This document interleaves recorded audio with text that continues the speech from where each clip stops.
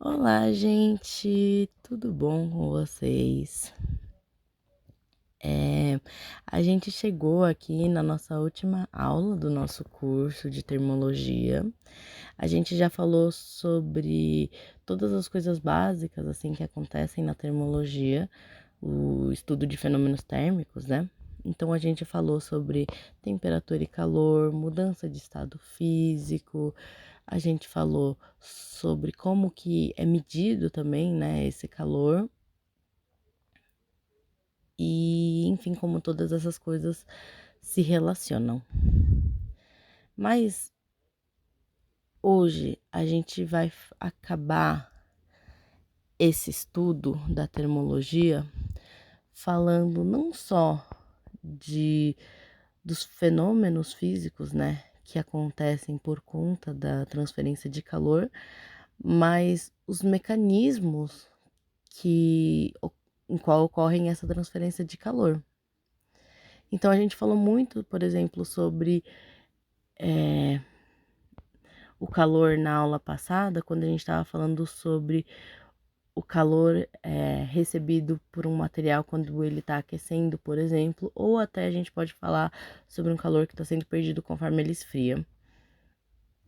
Mas quais são os processos que fazem com que esse objeto esquente ou esfria, com que ele ganhe ou perca calor?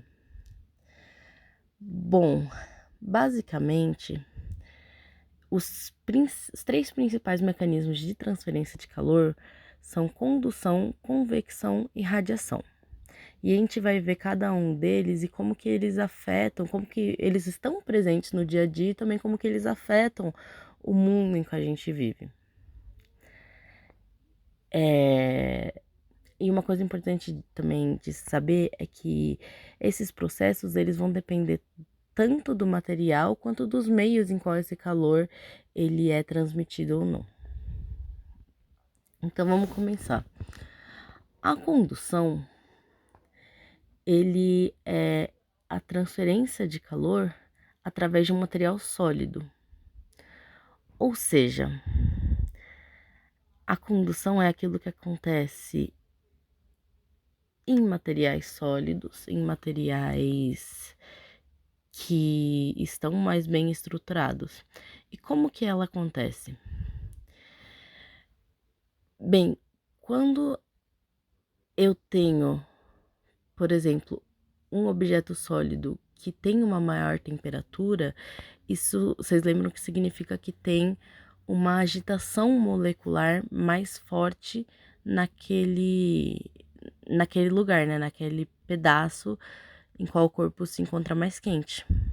E o que que acontece? Essa agitação das moléculas faz com que as moléculas ao seu lado, ao lado dessas, que talvez não estivessem tão agitadas, acabam tendo microcolisões ali.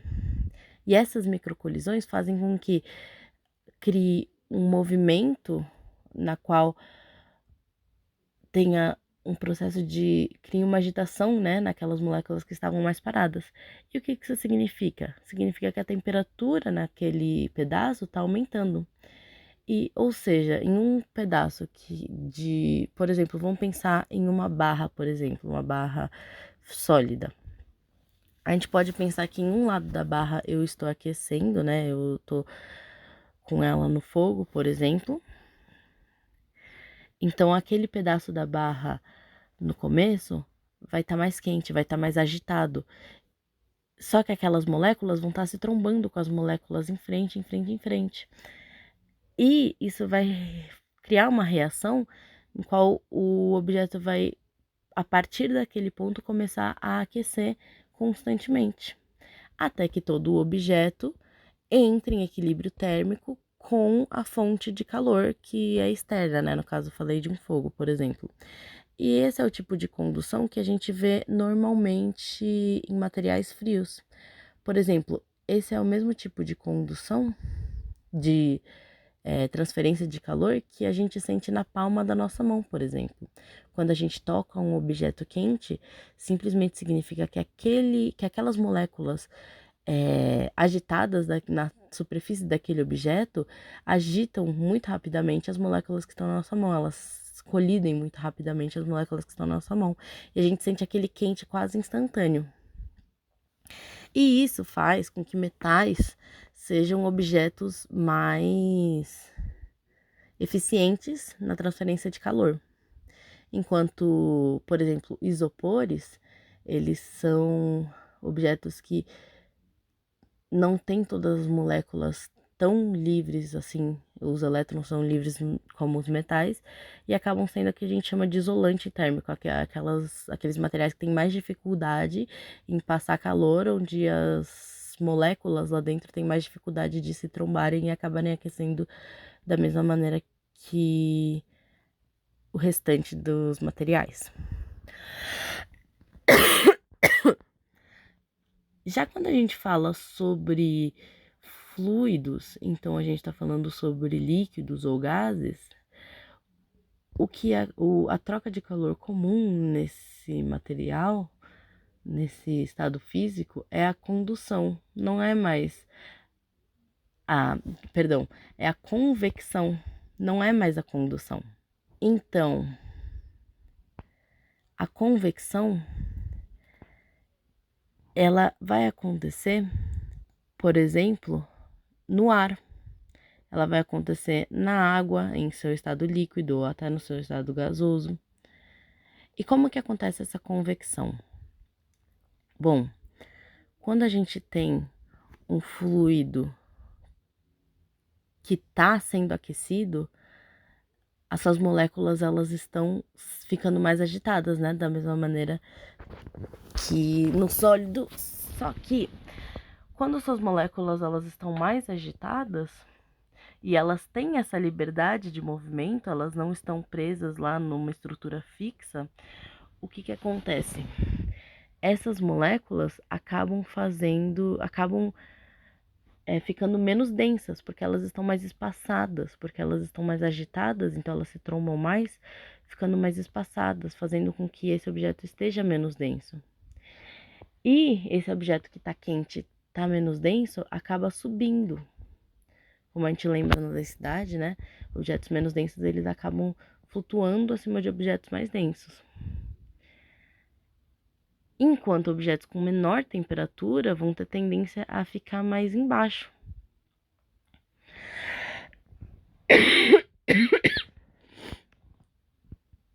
E daí, esse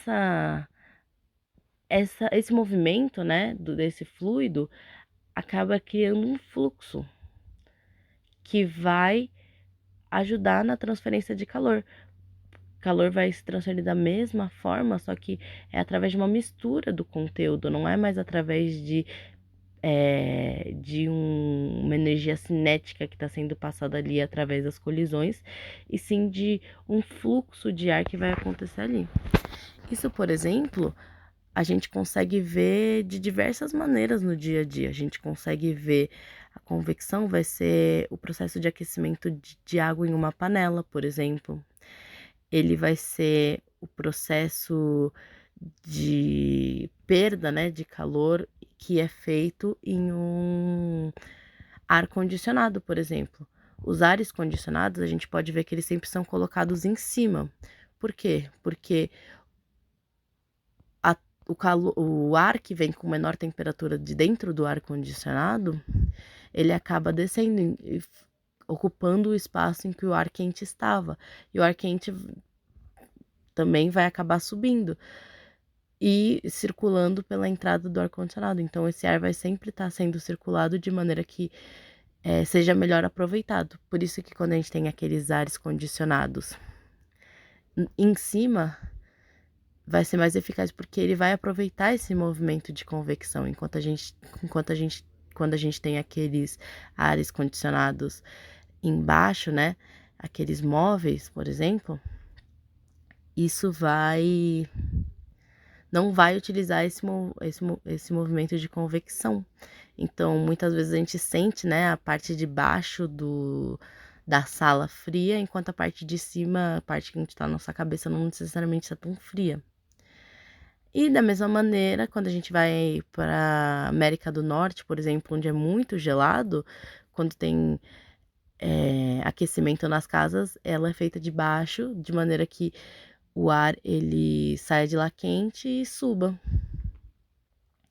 Outro exemplo de convecção é quando tem um incêndio. Quando tem um incêndio, é recomendado que você fique próximo ao nível do chão, justamente porque lá vai ser onde todo aquele ar, todo aquele ar quente vai ir para cima, porque vai perder densidade e o ar mais embaixo vai estar com uma temperatura menor, então é mais fácil de respirar, não vai ser tão pesado no corpo humano quanto o ar de cima. Por isso que é recomendado que a gente vá arrastando. E também aquele ar quente, né, que muitas vezes vem da poluição da queimada, vai ficar em cima, deixando o ar respirável, que é aquele ar que ainda não foi queimado, né, que ainda não passou por esse processo, embaixo. E a gente também tem a radiação. A gente falou sobre os dois, quer dizer, na realidade, os três estados físicos, né?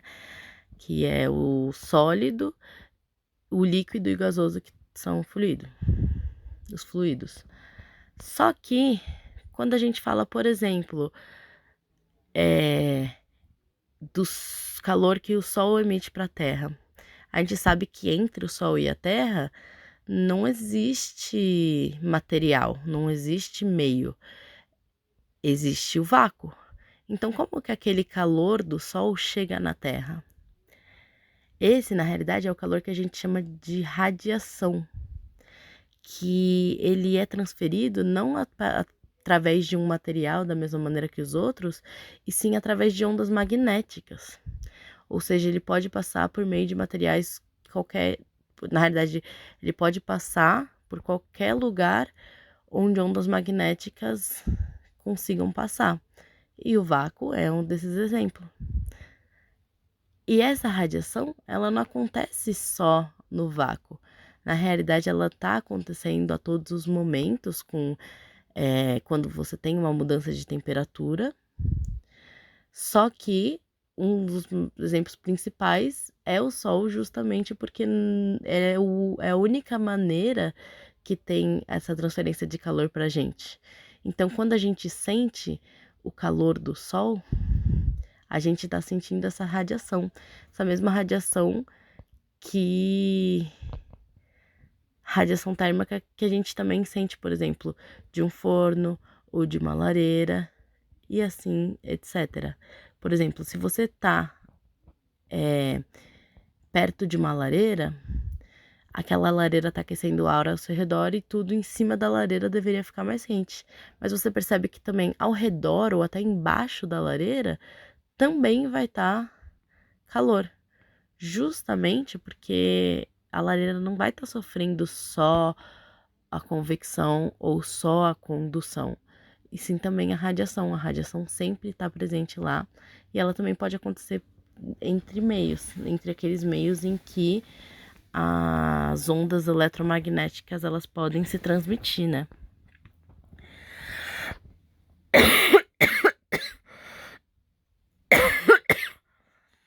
E daí, quando a gente compara esses três tipos de transmissão de calor, a condução, convecção e radiação, a gente pode ver que elas são eficazes em meios diferentes, né? E elas acabam sendo utilizadas no dia a dia, as aplicações dela no dia a dia, elas são utilizadas de maneiras diferentes. Então, por exemplo, quando a gente está falando da instalação de ares condicionados, de ares condicionados, quando a gente está falando sobre utilização de materiais com isolamento térmico, que evita, né, essa condução. Por exemplo, eu falei da tira de metal. Se a gente pensar que aquela tira de metal, que aquela tira, né, de objeto sólido, for, por exemplo, uma colher de metal que a gente utiliza assim para se servir num buffet, por exemplo, ela vai acabar sofrendo bastante dessa condução térmica. Então é recomendado que não utilizem objetos quentes. Quando você pega uma concha de feijão, por exemplo, é importante que tenha um isolante térmico, como um plástico, ao redor ali, para você acabar não se queimando, né? Ou também quando você vai beber uma bebida gelada que não está sendo refrigerada, você utiliza uma cesta de isopor, por exemplo, que vai ser utilizada ali para evitar que você perca calor para a temperatura ambiente, né? E também quando você fala sobre processos de convecções que acontecem em fluidos, a gente pode falar bastante sobre a culinária, por exemplo. Quando a gente aquece água, ela vai se mover na panela em um certo fluxo. Quando a gente está cozinhando no forno, o ar dentro daquele forno vai se mover em um certo fluxo, e assim em diante. Então, a gente, desde o começo desse curso de termologia até agora, aprendeu bastante sobre temperatura, mudança de estado físico e calor. E a gente aprendeu diversas maneiras como isso é aplicado no dia a dia, como isso é visto nos exercícios também, como se reflete, né, nas nossas ações no dia a dia. Porque a gente está sempre em constantes trocas de calor com o ambiente, né? Então, a gente pode começar a utilizar isso a nosso favor, agora que a gente sabe mais que a gente entende um pouco melhor esses processos de termologia, a gente tem que se apropriar também desses processos de termologia. E eu espero que, que seja isso que vocês façam agora, de agora em diante. A gente também aprendeu a fazer algumas resoluções de exercício que não são tão desafiadoras, de uma maneira que a gente consiga dissecar aquilo e entender melhor os processos dentro, e não só as fórmulas, e não só as maneiras de resolver os exercícios. Muito obrigado por assistir essa aula, por assistir esse mini curso. Eu espero que vocês tenham uma ótima vida. Tchau, tchau.